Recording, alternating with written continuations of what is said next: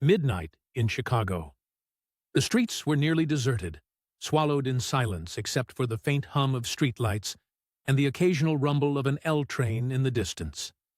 Michael Jordan drove alone through the suburbs, the weight of the night pressing against the windshield. His SUV's headlights cut across the pavement in long, thin beams, slicing through the empty dark. It was supposed to be an ordinary drive, quiet, invisible. Just him, the road, and the hum of the engine. And then, red and blue. Sirens cracked open the stillness like thunder. In his rearview mirror, two circles of flashing light came alive, washing over the back seat, bouncing across the black interior. Jordan's hands tightened on the wheel. For a man who had faced down championship pressure in front of millions, this moment should have been nothing. But it wasn't, because this wasn't the court. There was no scoreboard, no crowd, no buzzer to save him. There was only the darkness of the road, and two officers pulling him into a moment he hadn't planned for. He slowed the SUV, signaling right, his tires crunching against the gravel shoulder. The patrol car pulled in behind him, lights still, cutting through the night, its presence heavier than the silence had been a moment before. Jordan's chest tightened as he cut the engine, the ticking of the cooling metal suddenly louder than it should have been. He rolled the window down as the footsteps approached, measured, deliberate, echoing against the stillness. A flashlight beam swept across the car before landing on his face. For a moment, the officer paused, as if caught between recognition and doubt, license and registration. Jordan's fingers moved with a practiced calm, but inside, the tension coiled tighter. He had been pulled over before, sure, but not like this. Not tonight. Not when the back of his SUV carried more weight than any cop could imagine. The second officer circled around, peering into the darkened windows of the rear seat. Jordan felt the stare like a spotlight, like the eyes of a defender pressing too close. He kept his face neutral, the mask of calm he had worn in post-game interviews, even in his fiercest rivalries. The first officer glanced down at the license. He blinked, squinted, then looked up again. His partner leaned in. Neither said a word for a beat, but the silence itself became sharp, like a held breath. Finally, "Wait, are you?" Jordan gave the faintest nod. No swagger, no smirk, just acknowledgement. The younger officer straightened, his flashlight wavering. The world's most famous athlete, alone on a deserted road at midnight, sitting behind the wheel of a black SUV. The surrealness hung between them, and yet, even in recognition, the suspicion didn't fade. If anything, it grew sharper. Because why would Michael Jordan, global icon, billionaire, legend, be out here, driving alone with bags in the back seat? Jordan felt the question forming in their silence, and that's when the unease set in deeper than the flashing lights. Because for the first time in years, Michael Jordan, the man the world thought could face anything, wasn't sure what would happen next. The younger officer leaned in closer, his flashlight beam brushing across the leather seats before landing on the duffel bags stacked neatly in the back, his brows furrowed. He wasn't a rookie. He had seen enough late-night stops to know when something wasn't right. And this didn't fit.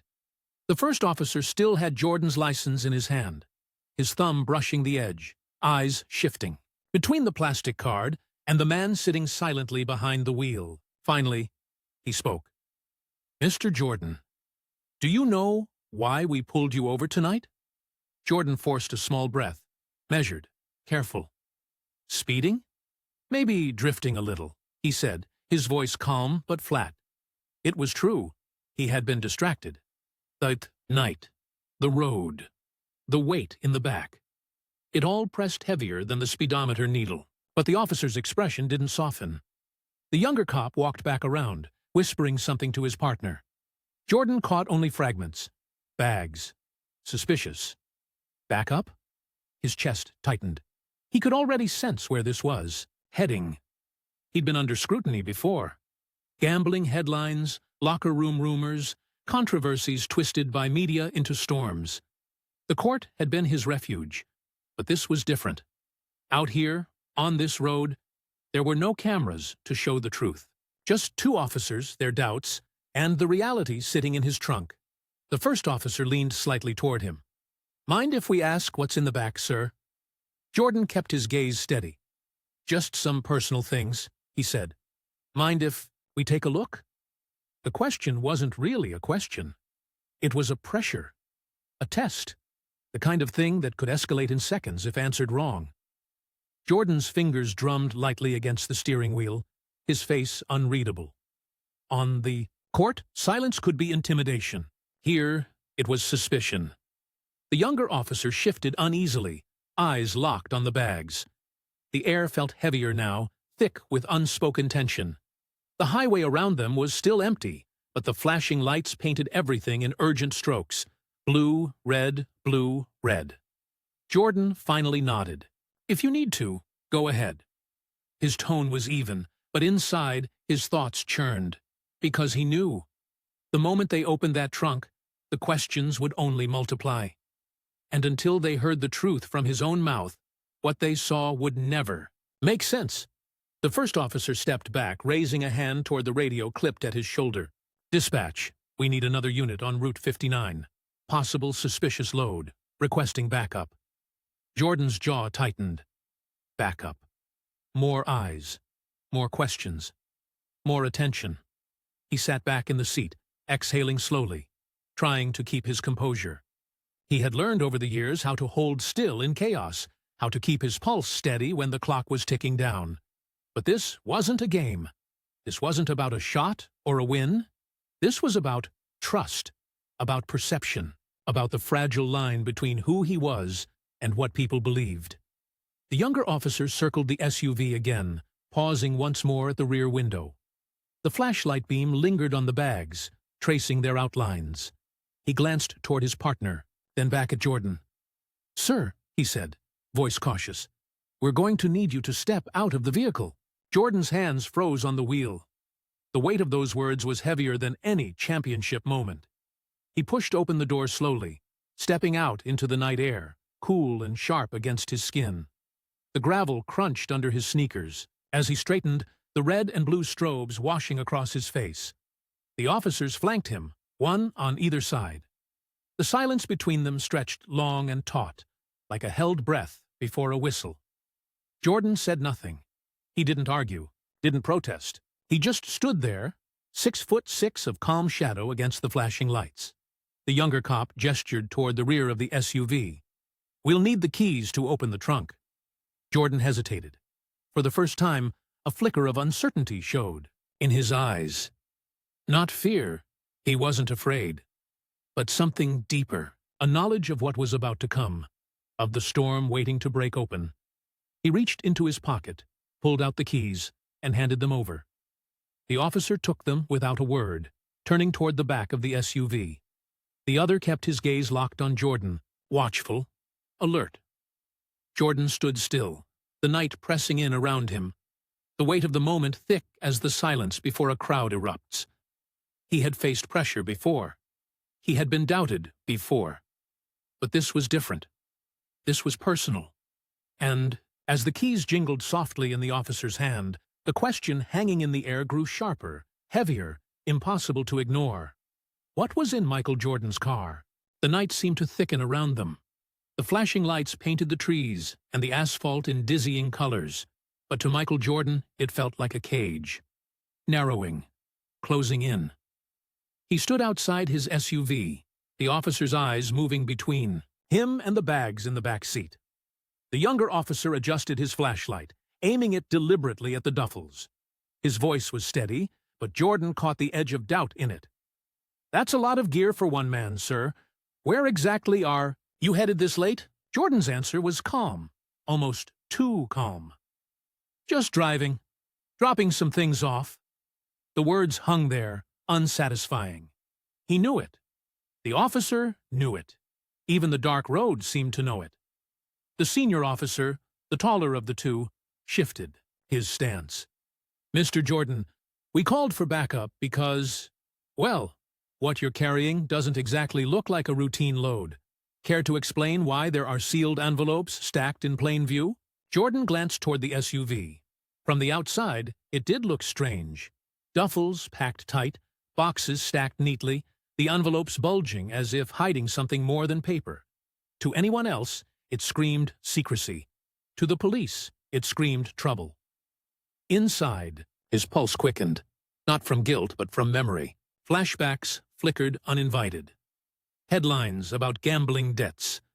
Tabloids speculating about hidden lives. Whispers that the man who dominated the court had shadows following him off it. He had weathered those storms, but tonight, under these flashing lights, those shadows felt closer than ever. The radio on the officer's shoulder crackled again, cutting through the silence. Unit 12, status update. The officer pressed the button, his voice low. Traffic stop. Suspicious load. Requesting ETA. Jordan's jaw clenched. Backup meant more cars, more officers, more questions. Every additional minute meant the possibility of this scene spinning out of control. He couldn't afford that. Not here. Not like this. Still, he kept his posture steady, his breathing even. He had learned long ago how to wear calm like armor, how to let silence disarm a room. It was a skill honed in locker rooms, in press conferences, in moments when words could betray more than silence ever could. But here, that calmness only fueled the officer's suspicion. The younger cop leaned closer, lowering his voice. Sir, with all due respect, if you're carrying something you shouldn't, it's better to tell us now. We've seen people ruin their lives over what they thought was a harmless secret. Jordan met his gaze. His eyes, dark and steady, gave nothing away. It's not what you think. The officer studied him, the beam of his flashlight trembling just slightly. The words weren't enough. The ambiguity wasn't enough. Suspicion clung to the night air, heavy and unrelenting. Behind them, a faint hum of engines approached. Headlights appeared down the road. Backup was coming. Jordan turned his face slightly toward the noise, a flicker of unease in his otherwise impassive expression. He could feel it now, the walls closing tighter, the night no longer just heavy but suffocating. The senior officer shifted again, his hand resting casually near his holster. Not a threat, not yet, but a signal. We'll wait for the other. Unit, he said firmly. Then we'll take a closer look. Jordan exhaled slowly. Waiting meant more questions, more scrutiny, more doubt. And doubt was the one thing that could turn a routine stop into something far more dangerous. The low hum grew louder until two more patrol cars rolled into view, their beams cutting harsh lines through the darkness. They pulled up behind the first cruiser, lights spinning wildly, flooding the entire stretch of road in blue and red. It felt less like a traffic stop and more like a stage. One man in the spotlight, officers circling, the night itself watching.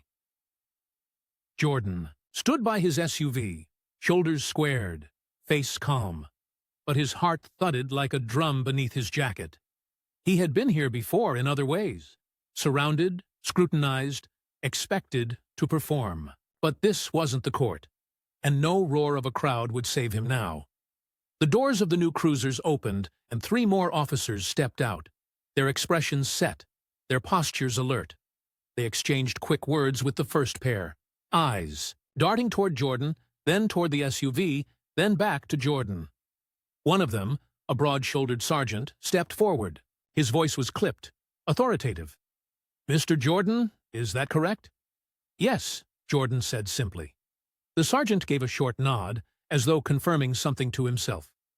"We were called because of concerns about what's in your vehicle. Before we go further, is there anything you'd like to tell us?"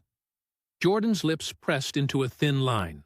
His instinct said to explain, to diffuse the situation before it spiraled further.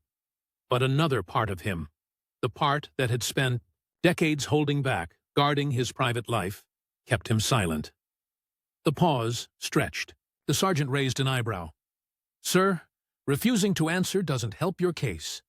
Jordan finally spoke, voice calm but edged with steel. "It's nothing illegal, nothing dangerous, just personal." The officers traded glances. Vague. Answers invited suspicion, and suspicion invited escalation. One of the younger cops stepped closer to the SUV, pressing his flashlight against the tinted glass. The beam illuminated the shapes inside. Duffel bags stacked side by side, one box taped shut, envelopes tucked against the seats. The sight only hardened their resolve. "Those look like cash envelopes," one officer muttered. The word cash lingered in the air, sharp as a blade. To cops on a midnight highway, envelopes meant money. Money meant drugs. Money meant crime. The sergeant's tone grew firmer. "Mr. Jordan, for everyone's safety, we're going to need to search the trunk. You'll stay right here while we do." Jordan nodded slowly, the decision already taken out of his hands. The calm mask never left his face, but inside his thoughts raced. He knew exactly how this looked. Michael Jordan, alone at midnight. SUV, full of bags and boxes, surrounded by cops demanding answers. It was a picture built for tabloids, the kind of story that spread like wildfire, whether or not the truth followed. As two officers moved toward the rear of the SUV, Jordan's gaze lingered on the ground, the gravel crunching under their boots echoing louder than it should. His chest rose and fell in slow, deliberate rhythm, the same rhythm he used before stepping to the free throw line in the final seconds of a tied game. Calm on the outside, chaos on the inside. One of the cops tried the trunk. Locked. "Keys?" the sergeant asked, extending his hand. Jordan hesitated, then slowly handed them over. The metallic jingle of the keys sounded like a gavel. A decision sealed. The officer slid the key into the lock. Twisted. A dull click echoed into the night. The trunk lid inched upward, shadows shifting, secrets waiting to be uncovered. Jordan's eyes followed every movement. He didn't flinch, didn't speak, but the tension in his jaw was unmistakable.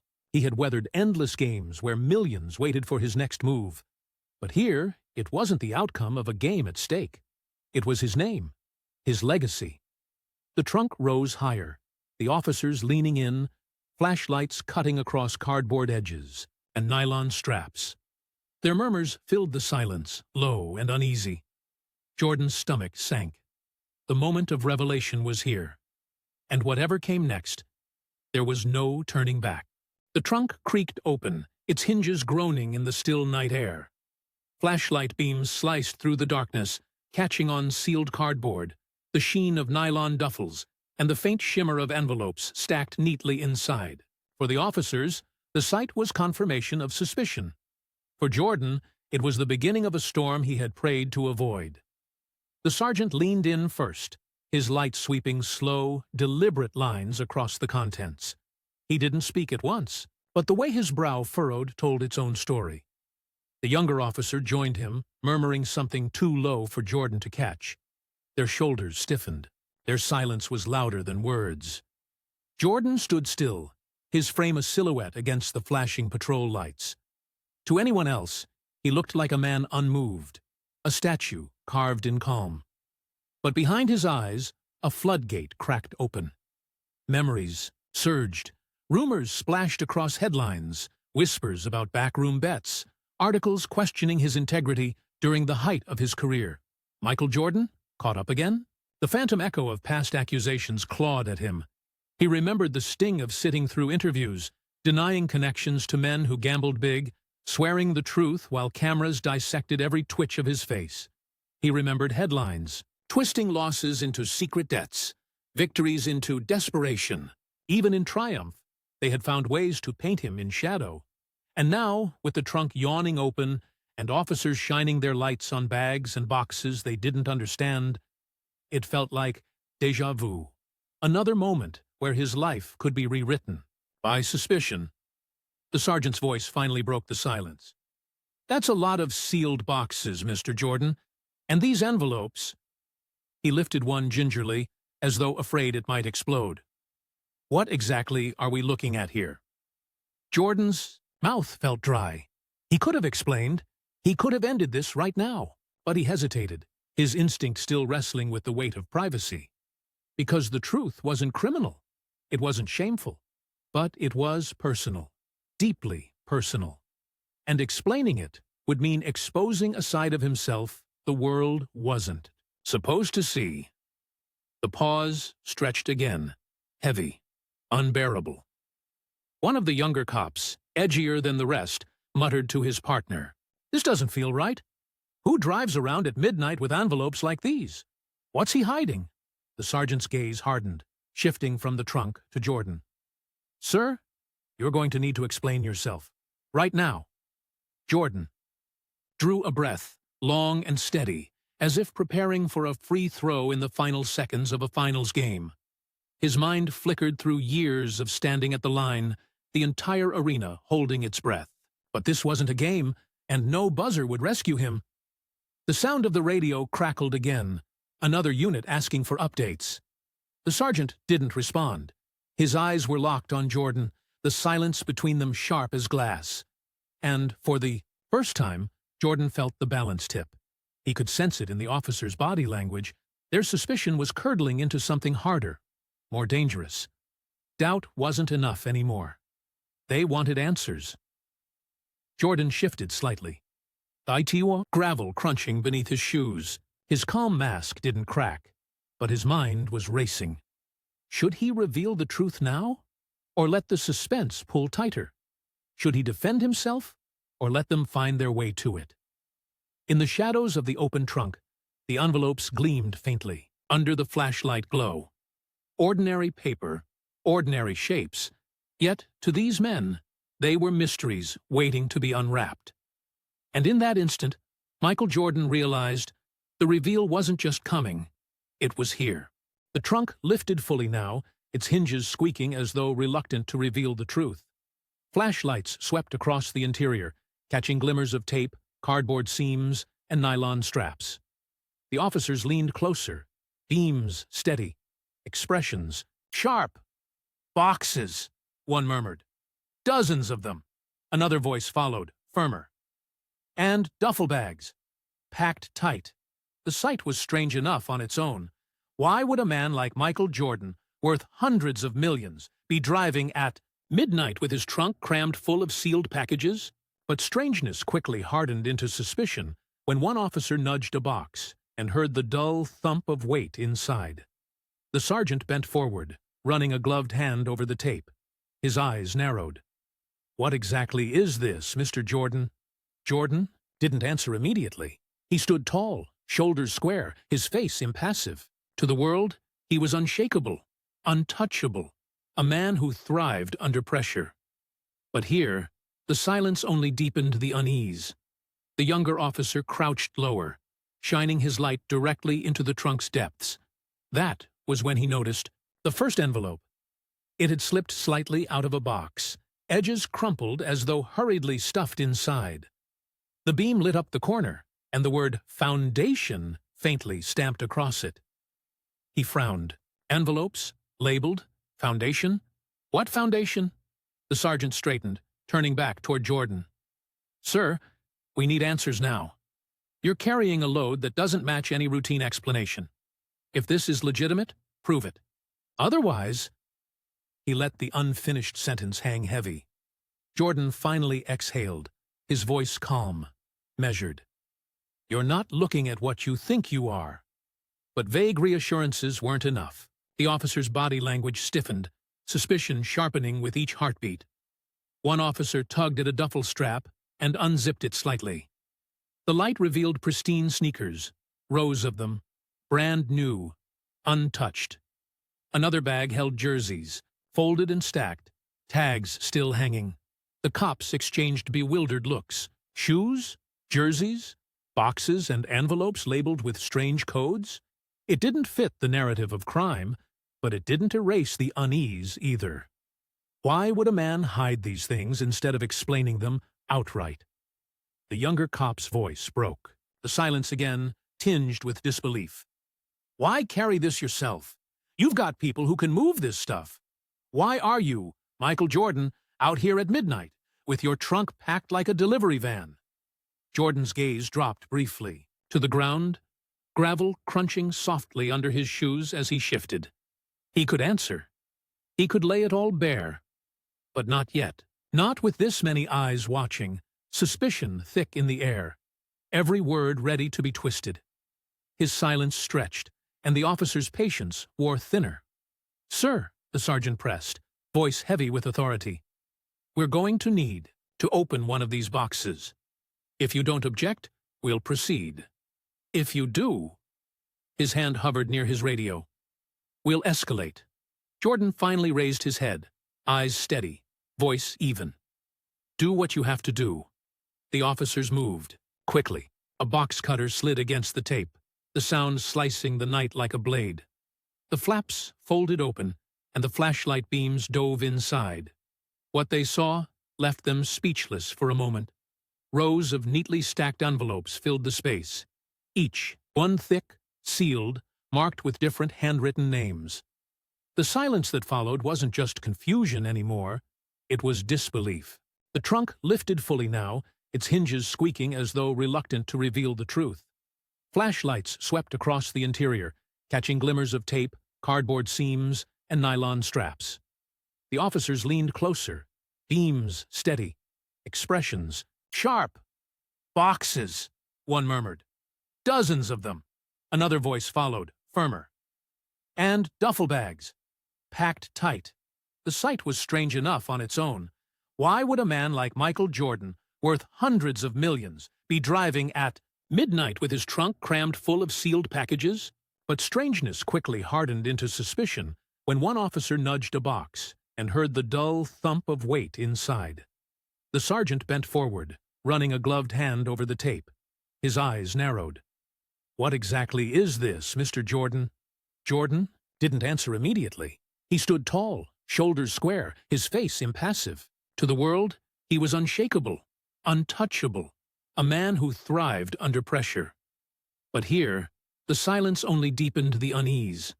The younger officer crouched lower, shining his light directly into the trunk's depths. That was when he noticed the first envelope. It had slipped slightly out of a box, edges crumpled as though hurriedly stuffed inside. The beam lit up the corner, and the word "Foundation" faintly stamped across it. He frowned. Envelopes? Labeled? Foundation? What foundation? The sergeant straightened, turning back toward Jordan. "Sir, we need answers now. You're carrying a load that doesn't match any routine explanation.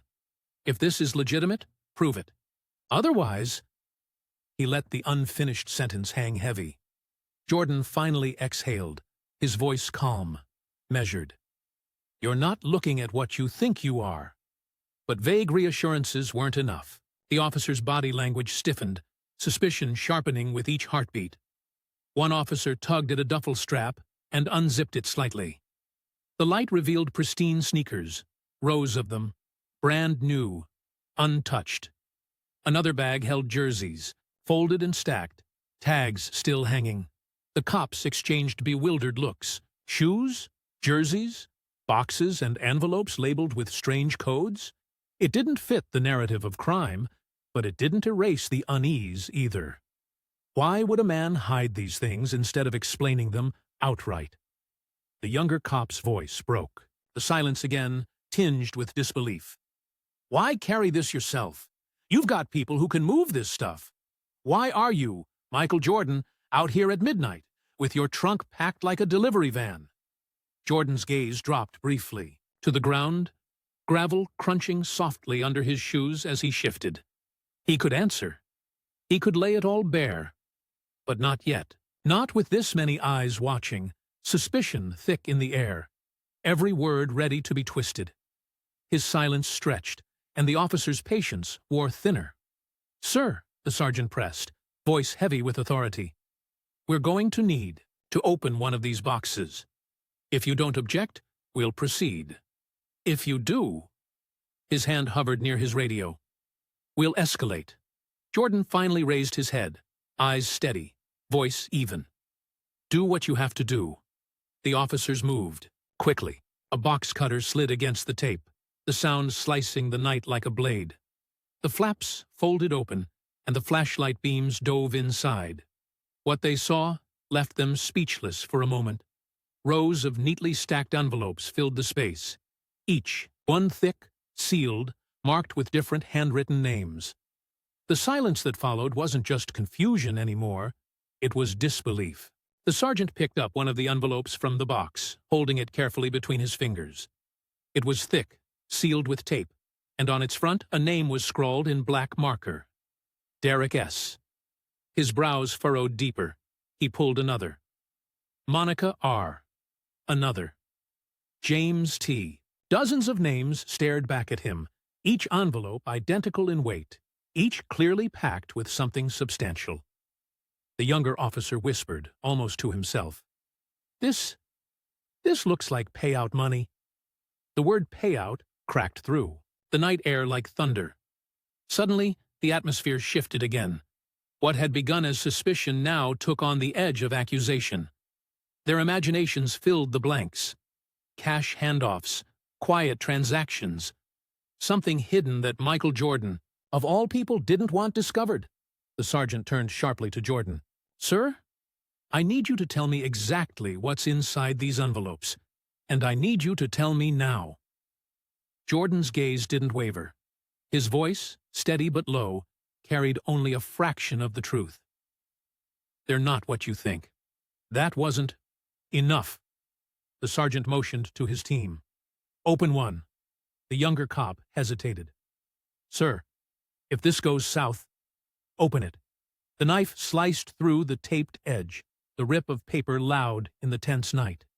The flap opened, and the cop slipped his fingers inside. He froze. Stacks of bills slid into the flashlight beam.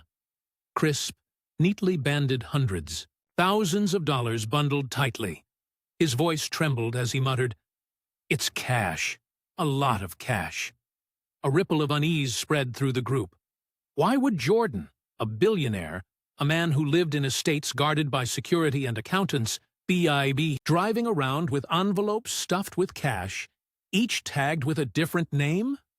The sergeant's jaw tightened. "Mr. Jordan, this looks very bad. Unless you have an explanation, we'll have no choice but to assume—" Jordan cut him off, his tone controlled but edged. "Assume what? That I'm running some back alley operation? That I'm laundering money? You think that's who I am?" The officer stiffened. His words hit like a challenge, but his composure was unnerving. The sergeant didn't back down. "All I know is what I see. And what I see is thousands of dollars in unmarked envelopes, at least a dozen duffel bags stuffed with merchandise, and you refusing to give a straight answer. You tell me, Mr. Jordan, what would anyone think?" The night fell into silence, broken only by the distant rush of passing cars on the highway. The younger officers shifted uneasily, torn between doubt and duty. One of them, the one who had first opened the envelope, shook his head slowly. "Sir, what if it's not what it looks like?" The sergeant turned to him, incredulous. "Then what is it?" The younger cop didn't answer. Because how could he? Nothing about this scene made sense. Meanwhile, Jordan's eyes lingered on the envelopes now scattered across the gravel, names shining in the flashlight glow. For a moment, his calm mask faltered, just slightly. Something like sadness flickered there, something almost tender, but just as quickly, it was gone, replaced again by steel. He said nothing, and that silence screamed louder than words. The sergeant snapped his fingers. "Bag them, all of it. Evidence until proven otherwise." Two officers began carefully collecting the envelopes and resealing the boxes. Another zipped the duffel bags closed, sneakers and jerseys hidden once more. Jordan remained still, watching silently as pieces of his private mission, whatever it was, were lifted from the trunk and stacked on the pavement, under flashing red and blue lights. To the officers, it looked like they were piecing together evidence of something illicit. To Jordan, it looked like the world was once again misunderstanding him. Another moment where what he carried in private was judged in public, twisted into a narrative he had no control over. The sergeant finally stepped closer, lowering his voice. "You need to understand how this looks. No man, celebrity or not, walks around with this much cash and merchandise without answering questions. You keep quiet, we'll keep digging. And trust me, we'll find the story." Jordan's eyes met his, unblinking. "Maybe the story isn't what you expect." The sergeant didn't reply. Instead, He signaled his men to secure the trunk again, leaving a patchwork of questions and tension behind. As the lid slammed shut with a hollow thud, the sound seemed to echo across the empty highway, and with it came the certainty that the UIE2 night was far from over, because the truth hadn't surfaced yet, not even close. The boxes sat in neat rows on the gravel, envelopes stacked beside them. The blue and red lights painted the scene in relentless pulses, and for the first time in his life, Michael Jordan felt the world's gaze turn on him in a way he couldn't control. The sergeant stood firm, arms crossed, his flashlight beam cutting directly into Jordan's face. "I'll ask you again, Mr. Jordan. What's the story here? Because right now, it looks like something we'd shut down a crime ring for." Jordan's jaw tightened, but he didn't answer immediately. Silence had become his shield, but tonight, that silence was also a weapon being turned against him. Septu. Younger officer crouched, flipping through one of the opened envelopes again. He thumbed the crisp bills, then frowned deeper at the handwritten note attached inside. His lips moved as he read silently, then his eyes lifted sharply. "Sir, this isn't just cash. There are messages." He held up the slip of paper. "This one says, for your tuition. Keep chasing the dream. MJ." The words hung in the night air like a revelation. But before anyone could process them fully, the sergeant snapped. "Notes don't mean anything. Could be cover stories. Could be manipulation." He snatched the paper and held it up to Jordan. "Why are you carrying around cash with sentimental little letters attached? What is this, really?" Jordan inhaled deeply, steadying himself. His mind drifted back to long nights when reporters hounded him about extravagant gambling losses, when headlines painted him reckless, careless, even dangerous. He remembered swearing to himself he would never again let the public define his private choices. And yet, here he was, on a roadside, his private mission cracked open under floodlights. He looked at the sergeant now, his voice quiet but edged, with something heavier. "You see money and think crime. You see sneakers and think hustle. But you don't see the truth." The sergeant's patience thinned. "Then show us the truth. Because from where I stand, this doesn't look noble. It looks suspicious." One of the younger officers shifted uncomfortably. He had seen the note. He had felt the weight of sincerity in the words. But he kept quiet, trapped between duty and doubt. Jordan's eyes lowered to the envelopes. He pictured the faces attached to those names. The single mother balancing 2 jobs, the high schooler with a scholarship offer but no way to afford tuition, the kid who had saved up all year for shoes but came up short. He remembered handing over the first envelope years ago, slipping it quietly into a coach's hands with a smile that said, "Don't tell them where it came from." He remembered the flood of gratitude he never asked to see. He remembered why he kept it hidden. Because generosity didn't need a headline. But none of that could be explained in one sentence. Not here, not under suspicion. The sergeant's voice pressed harder, his tone sharpened. "If you can't explain it, Mr. Jordan, then we have to treat this as unlawful. We'll confiscate everything, file a report, and let the investigators do their job. Is that what you want?" Jordan's eyes flicked up. For the first time tonight, there was a glimmer of fire in them.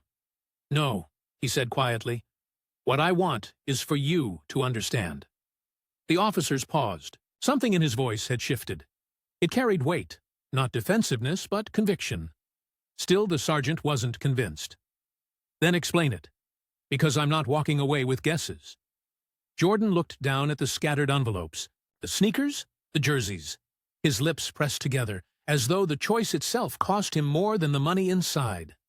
Finally, he drew in a slow breath. "All right," he said. "You want the truth? I'll give it to you." The night fell into a hush, every eye locked on him, every ear waiting for the words that could change the narrative in a heartbeat. The night air felt heavy, as if the city itself leaned in to hear what Michael Jordan was about to say. The officers stood tense, flashlights still fixed on him, waiting. Jordan's voice broke the silence, low and steady. "You see boxes. You see cash. You see names on envelopes. To you, it looks like crime. To me, It looks like promises. The sergeant frowned. Promises? Jordan nodded slowly. For years, I've been told I owe people more than basketball. Reporters said I didn't speak out enough, didn't give enough. They measured me by championships and scandals. But no one ever saw the nights when I drove alone through Chicago, dropping envelopes at schools, at shelters, at coaches' doors. No one saw me pull over at 2 in the morning to hand sneakers to a kid waiting at the bus stop. He gestured toward the trunk. That's what this is. Those names? They're kids, families, people I promised I wouldn't forget. Each envelope is a debt, not to a casino, not to some hustle, but to them. The younger officer, still holding the open envelope, shifted uncomfortably. He glanced at the note again, reading the line under his breath. Keep chasing the dream. His eyes lifted back to Jordan, something soft flickering there. The sergeant wasn't convinced yet. You expect me to believe you're personally driving around at midnight handing out cash? A man like you, with assistants, accountants. Jordan cut in. A man like me knows what happens when you trust too many hands. Money gets skimmed. Promises get broken. Excuses get made. I've seen foundations with good intentions lose sight of the people they were meant to serve. That's why I do this myself. Quietly. Directly. No cameras. No headlines. Just me and them. The words hung, with unexpected weight. His tone wasn't boastful. It wasn't defensive. It was raw honesty, the kind that only slips out when the truth no longer has anywhere else to hide. One of the younger officers spoke, almost hesitant. Sir, you mean all these boxes, all these envelopes, they're donations? Jordan's eyes softened. Not donations, commitments. When I see a kid wearing a worn-out pair of sneakers because his family can't afford more, I think about the boy I was. When I hear about a student skipping college because tuition is too high, I think about the chances given to me. So yes, I carry cash. I carry sneakers. I carry jerseys. Because sometimes the world doesn't wait for a grant application or a press release. Sometimes the world needs someone to show up. That's why I drive. The sergeant's hard exterior cracked just slightly, uncertainty flickering across his face. He looked again at the open box of envelopes, each name handwritten, with care, each one heavy with more than money. Jordan stepped closer, his voice low but commanding. You ask me why I'm nervous tonight? Because this isn't about me. It's about them. Every name in those boxes belongs to someone counting on hope. And if you bag this all up as evidence, if you lock it away in some station vault, then you're not just questioning me. You're breaking the promises I made to them. The officers exchanged glances. The tension didn't vanish, but something had shifted. The weight of suspicion was colliding with the undeniable pull of sincerity. The younger cop finally spoke again, softer this time. Sir, I believe him. The sergeant's eyes snapped toward him, but the words couldn't be unsaid. He looked back at Jordan, who stood unflinching under the flashing lights. In that moment, silence wrapped the scene again. Not the silence of suspicion, but the silence of realization. The truth had finally begun to pierce through. For a long moment, no one moved. The only sound was the rhythmic flash of the squad car's lights and the faint hum of the highway in the distance. Michael Jordan stood tall, silent now, as if he'd laid everything on the table and had nothing left to defend. The younger officer who had spoken earlier lowered the envelope back into the box, his expression caught between awe and unease. Sir, if this is true, if all this is really what you say it is, then this changes everything. The sergeant cut him a sharp look. Careful. We don't take people at their word. We deal in facts, not feelings. But even as he spoke, his voice lacked the certainty it had carried minutes before. He was shaken, though he tried to mask it with authority. Another officer stepped forward, lifting one of the duffel bags and unzipping it wider. Rows of sneakers gleamed under the flashlight. Red, black, and white, pristine pairs of Air Jordans stacked neatly like treasures. He muttered under his breath, This isn't contraband. This looks like charity stock." The words slipped out before he could stop them, and they hung awkwardly in the cold night air. Jordan finally spoke again, his voice softer now, almost weary. "You think I'd waste my time moving drugs or money for myself? I don't need to. I've got more than I'll ever spend. But there are kids out there who don't even have shoes that fit. There are families drowning in bills. I remember what it was like to want something so badly and not have it. That's why I do this." The sergeant tightened his grip on the flashlight, scanning Jordan's face for cracks, for any sign of performance. But all he saw was conviction. And something deeper. Not pride, not arrogance, just a quiet, heavy kind of purpose. The younger officer broke the silence again, his voice firmer now. "Sir, I've got a cousin, star athlete in high school. Could have gone far, but he dropped out because he couldn't afford the gear, couldn't keep up. If he'd had help, someone like you, things might have been different." Jordan's eyes met his, and for the first time all night, something softened in the lines of his face. "That's why I do it without the cameras, because it's not about me. It's about making sure someone else's story doesn't end too soon." The sergeant shifted uncomfortably. His authority, once ironclad, now felt fragile. He cleared his throat, as though reminding himself of protocol. Regardless of intent, transporting this kind of cash raises red flags. There are procedures, laws. Jordan interrupted, not with anger, but with clarity. And sometimes laws move slower than need. Sometimes a kid doesn't have time to wait for the system. Sometimes hope can't wait for paperwork. The sergeant's mouth opened, then closed again. His officers looked at him, waiting for a response, but none came, because deep down, even he couldn't deny the weight of what Jordan was saying. The night had shifted. Suspicion hadn't disappeared completely, but something new had entered the air. Respect. The silence stretched longer than anyone expected, until finally the youngest officer spoke, his voice low and shaky. "You know, when I was a kid, I had one pair of sneakers. Just one. They were too tight, too worn down. I used to tape the soles to keep them from falling apart." The others glanced at him, surprised by the sudden confession, but he didn't stop. His eyes were locked on Jordan. "The day I quit the team, it wasn't because I didn't love the game. It was because I couldn't walk onto that court with shoes that made me a joke. I swore I'd never tell anyone that story.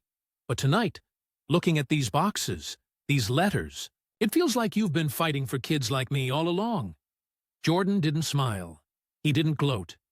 He just looked at the young man with quiet understanding. "That's exactly who I do it for. The ones who walk away because the world didn't give them enough reason to stay." The officer's throat tightened. For a second, he had to look away, blinking rapidly against the sting in his eyes. It wasn't weakness. It was memory. The sergeant cleared his throat again, but the authority in his tone was softer now. "This is still highly unusual, Mr. Jordan. Carrying cash like this, personally handling it, it's not the standard way of doing things." Jordan nodded. "I know, but sometimes the standard way doesn't reach the people who need it most. I'm not interested in being standard." The words landed heavy, cutting through the night like a truth too simple to be argued with. One of the other officers shifted, glancing at the duffel bag filled with pristine sneakers. "You know, I thought I knew who you were. The headlines, the interviews, the gambling stories, the controversies. I figured you were just another celebrity hiding behind money. But seeing this..." He trailed off, shaking his head slowly. "This is different. You're different." For a moment, Jordan's face betrayed the faintest trace of vulnerability. A flash of exhaustion, of carrying a secret mission no one had been meant to see. "I never cared if the world knew. I only cared that those kids knew someone believed in them. That's enough for me." The youngest officer, still fighting his own emotions, finally stepped closer. He extended the envelope he had opened earlier, holding it toward Jordan with both hands. "This doesn't belong in an evidence bag. It belongs where you were taking it." The sergeant hesitated, watching as the moment unfolded. Authority demanded he intervene. Protocol screamed at him to stop it. But his heart, the human part of him that had been listening all along, told him otherwise. He sighed, lowering his flashlight. I'll admit, I came into this thinking we'd stumbled onto something criminal. But I see now, it's something else entirely. Still, you should know you're walking a razor's edge. Not everyone will understand. Not every cop will believe you. Jordan's voice was calm, almost resigned. I've lived my whole life being misunderstood. This is nothing new. But tonight, at least a few of you understand. And that's enough. The sergeant studied him for a long moment, then finally gave a single, slow nod. It wasn't approval, not fully, but it wasn't suspicion anymore either. The atmosphere shifted palpably. The flashing lights no longer felt like interrogation lamps. They felt like a stage light dimming after the climax of a performance. What remained was something quieter, something almost sacred. Respect. The younger officer straightened, clearing his throat. Mr. Jordan, thank you. Not for the shoes, not for the money. For the fact that even when no one was looking, you still cared. Jordan's eyes softened once more, and for the first time that night, he allowed himself the faintest smile. Thrutis, storm of suspicion had passed. What remained was the fragile calm of truth. The night swallowed him as Michael Jordan steered his black SUV back onto the highway. The flashing lights of the squad cars faded in the rearview mirror until they were nothing more than pinpricks of color, swallowed by the darkness. He exhaled a long, heavy breath. For the first time in what felt like hours, his chest loosened. The steering wheel felt warm beneath his hands, his grip finally relaxing. The Chicago suburbs stretched quiet around him. Streetlights passed in a rhythm, one pool of light, then darkness, then another. The hum of the engine became steady company, a low song in the silence of the night. Jordan's eyes flicked to the passenger seat, where a single unopened envelope lay. The name on it stared back at him in neat handwriting. Angela Ramirez. He remembered her story.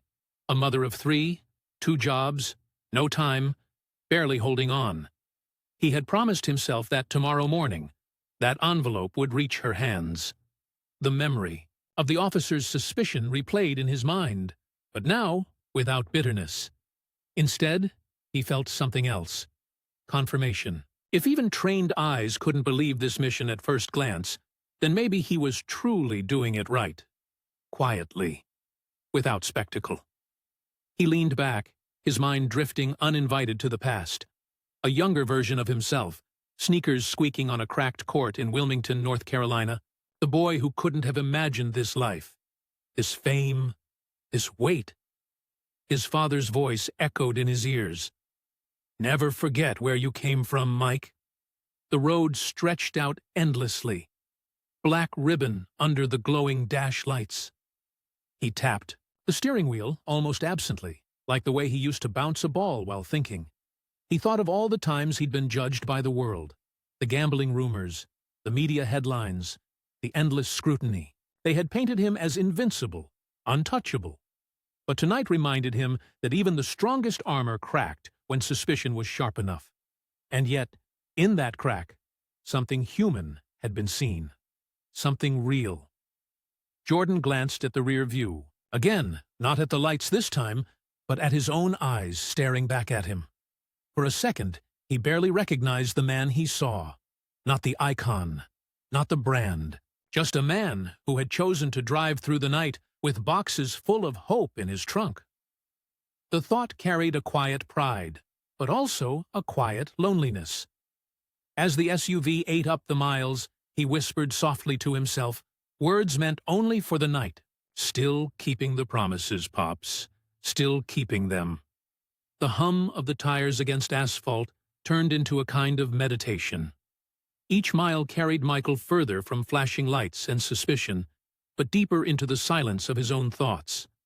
Chicago's skyline was still a distant glow, shimmering faintly against the horizon, like a promise and a warning all at once. Jordan loosened his grip on the wheel, flexing his fingers.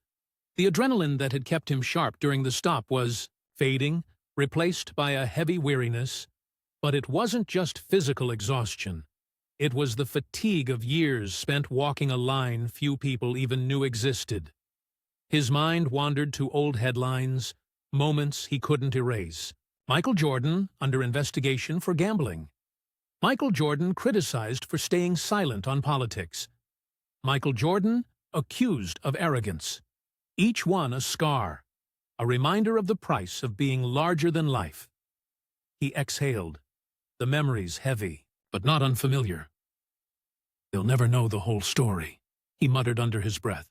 The dash lights illuminated his face in soft green glow, catching the hard set of his jaw.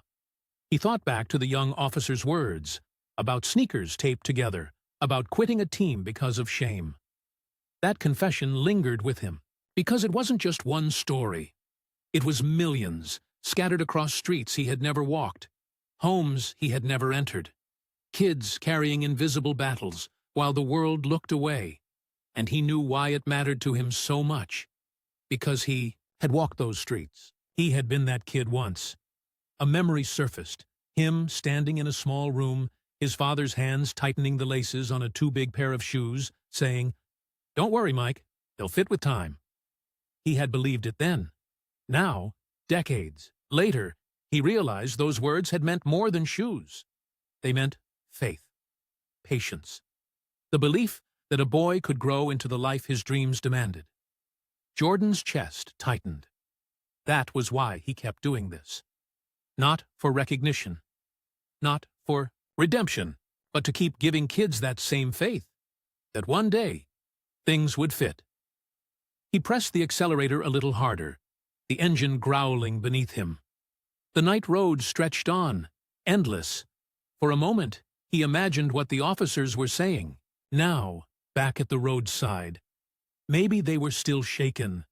Maybe they were questioning their own assumptions. Or maybe, just maybe, they had walked away with a piece of understanding they hadn't carried before. That thought gave him comfort. But another thought lingered. How close it had all come to unraveling. If they had impounded the car, if the story had leaked, everything he'd worked to keep in the shadows might have spilled into the light. The Me Too. Secrecy wasn't just about humility. It was protection.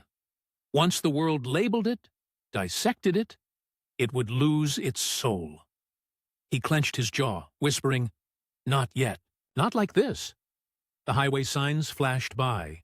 Familiar exits leading to neighborhoods filled with people who would never know how close their envelopes came to being lost tonight. Jordan glanced at the unopened letter again on the passenger seat. He reached out, brushing it with his fingertips. The paper was thin, ordinary, but what it carried was extraordinary. Hope, disguised as handwriting. A faint smile touched his lips.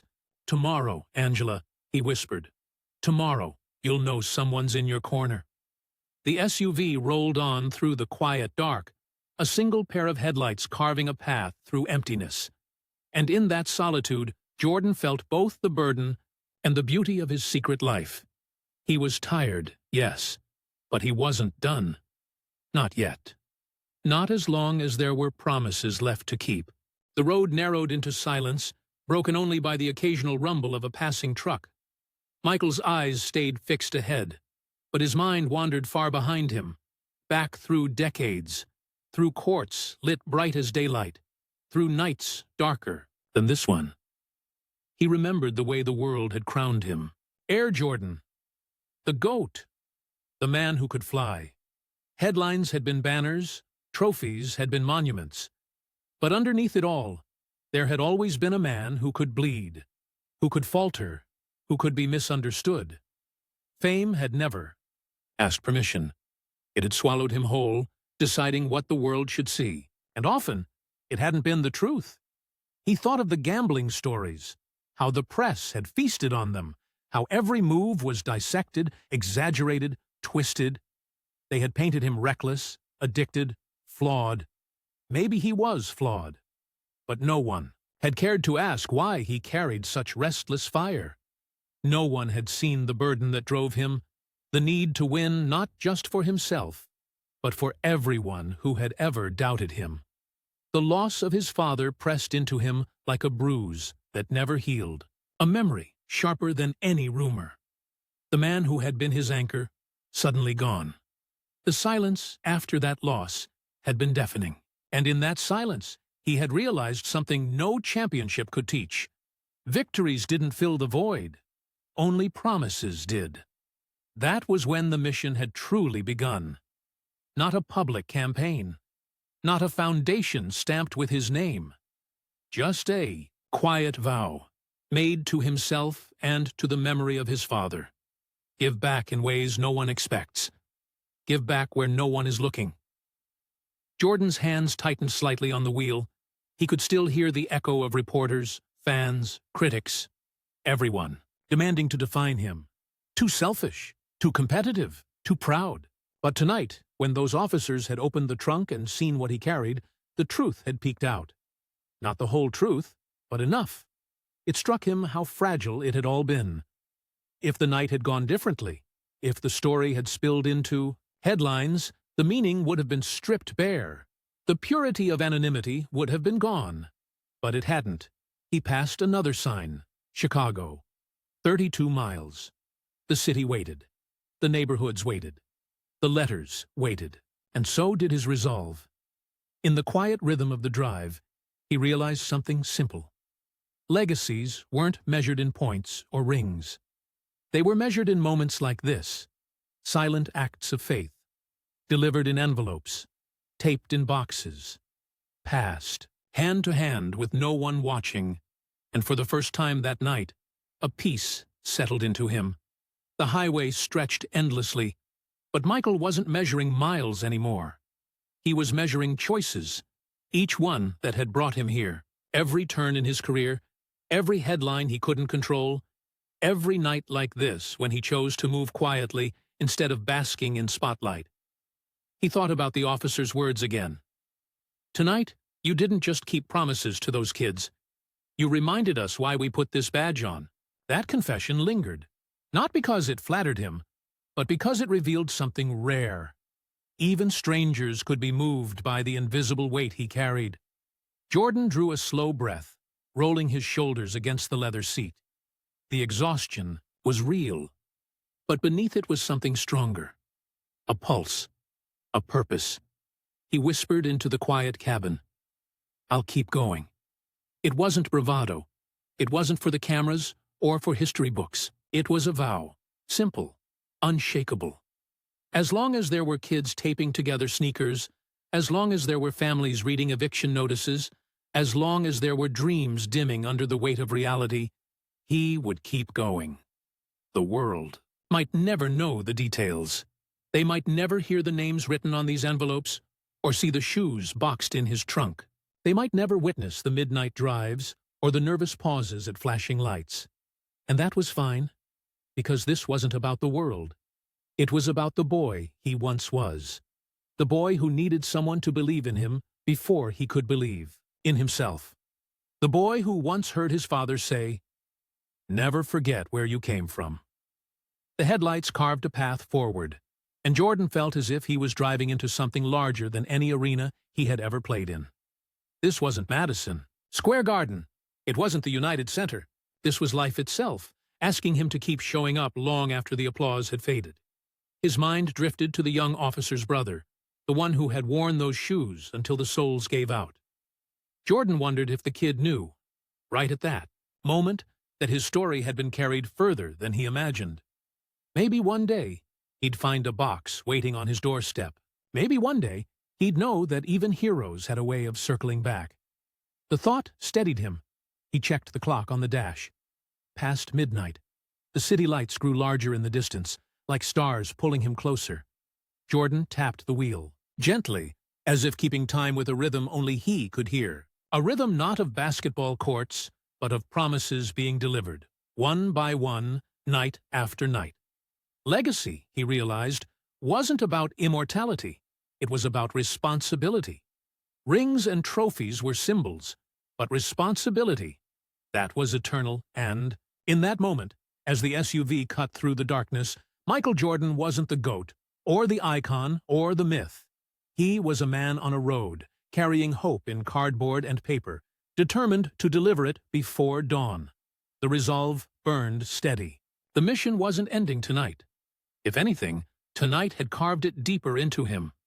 Still keeping them, he murmured again, the words like a prayer. Always. The road opened before him. The city waited. And so did the promises. The first blush of dawn crept across the horizon as Michael Jordan's SUV rolled quietly into the city. The towering skyline loomed ahead, but he wasn't headed toward the glittering heart of downtown. His path veered into the quieter neighborhoods, where cracked sidewalks told stories of years, and porch lights still burned against the fading night. The streets were nearly empty, only the occasional jogger or newspaper delivery truck breaking the stillness. Jordan drove slowly, carefully, every turn deliberate. He knew these routes by heart now. Too many nights had been spent memorizing the corners, the narrow alleys, the blocks where life pressed harder against the people trying to survive it. The envelopes sat neatly stacked on the passenger seat, each one marked with a name, each one carrying the weight of a promise. He reached over and tapped the top envelope lightly, the way one might pat a teammate's shoulder before sending them into the game. Stopping at a red light, he glanced at his reflection in the rearview mirror. The lines on his face were sharper than he remembered, shadows of battles fought on and off the court. But behind the tired eyes, there was something steady, something the spotlight had never been able to take away. The light turned green. HUD pressed forward. Block after block passed, until finally he slowed in front of a modest brick house with peeling paint on the shutters. The address matched the envelope on top of the stack. Jordan parked a few doors down, killing the engine. The early morning was quiet enough to hear the hum fade. For a long moment, he sat there, staring at the small house, the worn steps, the crooked mailbox that leaned slightly forward, as if straining under years of unopened bills. He picked up the envelope, running his thumb across the seal. Inside was enough to cover months of rent, groceries, school supplies, maybe even a chance for Angela to breathe, without fear for the first time in years. He thought again of the officers on that dark highway, the disbelief in their eyes, the way suspicion had transformed into understanding. It wasn't about convincing the world. It was about moments like this. Quiet dawns, unseen deliveries, silent victories. Jordan opened the door slowly, stepping out into the chill of the morning. He adjusted his cap low, pulling the brim forward. Not a disguise, just a shield. The fewer who saw, the better. His footsteps echoed softly as he walked up the cracked sidewalk. Each step felt heavy, not from doubt, but from the gravity of what it meant. For all his accolades, for all the banners and rings, these were the steps that truly mattered. At the porch, he paused. The windows were still dark. Somewhere inside, 3 children slept. A mother likely stirred in restless dreams, not yet knowing what waited at her door. Jordan set the envelope carefully against the doorframe, sliding it into the corner where it wouldn't be missed. He placed it gently, almost reverently, as though handing off the ball for the last time in a final game. He stood there for a breath, then another. The city was waking, but this moment belonged only to him and the house in front of him. Finally, with a quiet exhale, he turned back toward the SUV. The sun had just begun to climb, streaking the sky in pinks and golds. And for the first time, since the flashing lights had stopped him hours earlier, Jordan smiled. Not the practiced smile of press conferences, not the wide grin of victory photos. A smaller smile, one born from peace. The mission wasn't finished. It never would be. But tonight, another promise had been kept. The street was still hushed, the sky now painted in soft gold. Michael Jordan slipped back into the driver's seat, closing the door with deliberate quiet. For a moment, he thought of simply driving off, leaving the gift to be discovered in silence.